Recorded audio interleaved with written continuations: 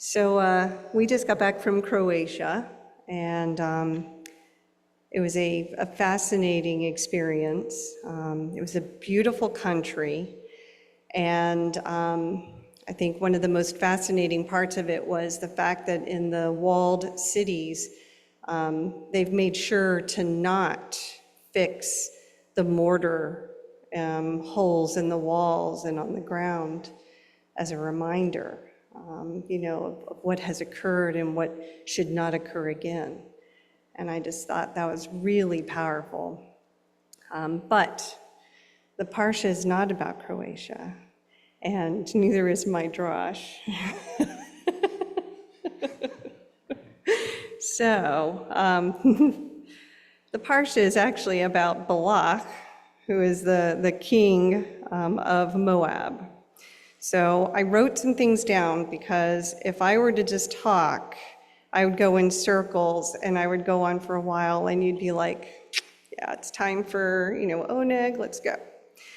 So I'm just gonna read off of my paper, if that's okay. When I first read through Parshat Balak, I thought to myself, oh good, I have the Parsha that contains a speaking donkey. Yeah. So what do I do with that, right? So after much consideration, I found that this Parsha actually offers us an insight into giving a voice to the marginalized, as well as what happens when we listen to that voice. I should have worn my glasses. So this Parsha begins with Balak, the king of Moab. He's fearing the Israelites because they're growing in power, and he attempts to hire a prophet named Balaam to curse them. The king sends his messengers to ask for the prophet's assistance. Well, Balaam only agrees to go with Balak's messengers if it is the will of God. After several discussions, God finally agrees to let Balaam go, but only if he informs the messengers that he will say what God tells him to say to the Israelites. Well, Balaam didn't do exactly that, so God is unhappy with him because he left out the important part of his directive, and that is that he would speak only what God wishes for him to say. So God intervenes in a way that seems fitting for a Torah story. He decides to post a sword-wielding angel to block Balaam's path. Now, Balaam has set out with his donkey, who actually sees this posted angel and refuses to move. This happens several times, and this is where the donkey becomes our unexpected protagonist in our story. Balaam cannot see the angel blocking the path, but the donkey does and speaks out about it. This moment highlights a significant reversal of roles. Think about it. The voiceless, the donkey, becomes the speaker, while the powerful, Balaam, is momentarily silenced by his inability to see beyond his own ambitions. Often, those deemed less powerful or important in society, whether due to social status, ethnicity, gender, or economic standing, are silenced or overlooked. Yet, Parshat Balak challenges this norm by showing that wisdom and insight can come from unexpected sources, like a donkey. The donkey's ability to see what Balaam could not demonstrates the idea that marginalized voices, when heard, often include perspectives and truths of high value. So how can we use this Parsha in our daily lives? Maybe we can challenge ourselves to examine whose voices we value and whose perspectives we ignore. Oftentimes, we can find true wisdom from those on the periphery. When we actively listen to and amplify those marginalized voices, we enrich our collective understanding and we strengthen our moral fabric as a society. The Parsha also serves as a reminder of our ethical responsibilities. It prompts us to consider how we use our own voices, whether to allow injustice or to advocate for those who are silenced. Just as Balaam eventually aligns himself with divine truth, we are called to align our actions with justice and compassion, giving voice not only to ourselves, but also to those whose voices have been stifled. And this is where Andy's going to take over. Thank you. You're welcome. Oh, see, you got the whole thing. You got them all going there. Shabbat shalom, everybody. So to follow in that vein,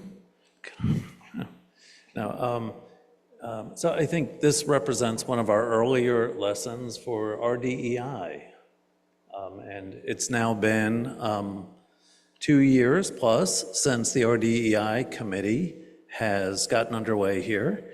And our committee with, David Friedman and I leading it, and I've now stepped down as co-chair. I'm still involved, but now it's in David's hands.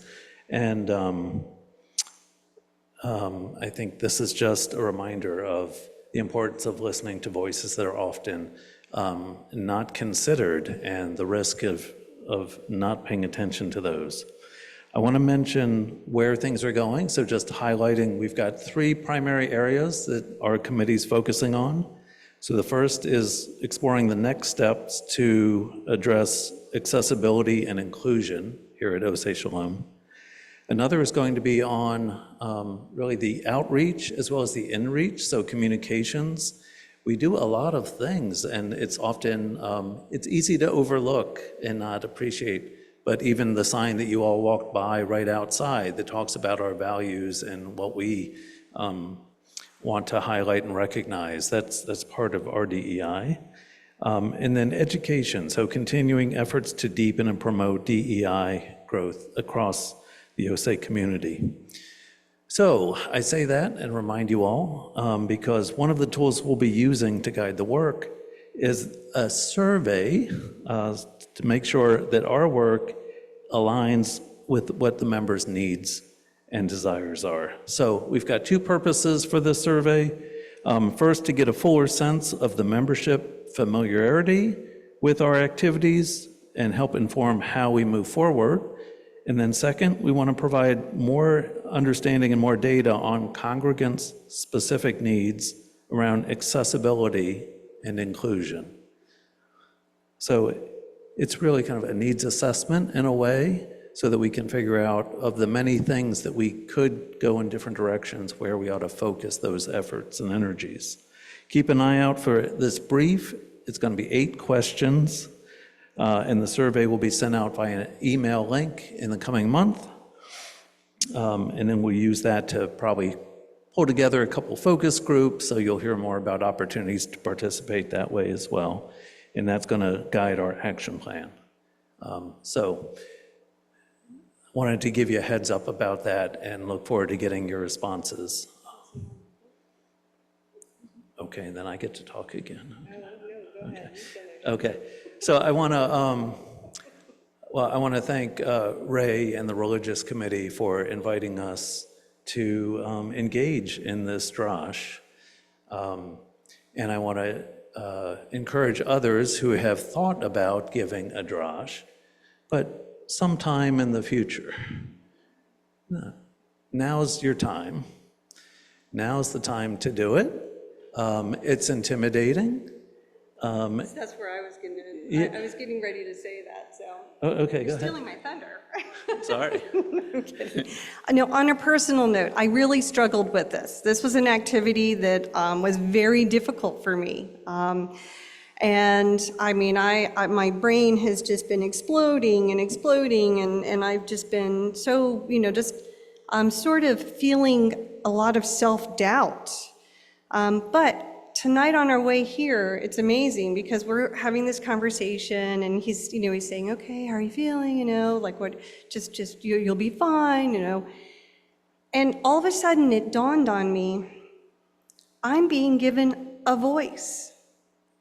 That's exactly what I think I needed to learn from this Parsha, was here I have this opportunity to have a voice in this community, to share something with the people I love most dearly. And so thank you. Thank you, Ray. Thank you, everybody, for just being amazing. Shabbat shalom. Shabbat I'm shalom. sorry, you can get to do. Oh, it's hard to, yeah, you want me to follow that? Love you. No, well, I just want to say that we were talking about it, as she mentioned, and it was a productive struggle, which I think it's supposed to be. And Nikki was very concerned that she didn't get it right. And I told her, there is no right, but what you're doing, you're engaging, and that struggle is what it's all about. So I'm very proud of her. Shabbat shalom. Shabbat shalom.